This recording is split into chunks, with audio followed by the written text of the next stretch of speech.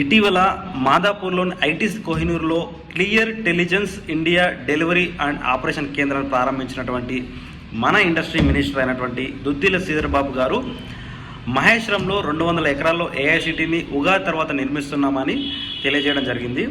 ఈ ఫ్యూచర్ సిటీలోని 200 ఎకరాల్లో ఏఐసిటీ నిర్మిస్తున్నట్లుగా వివరించారు.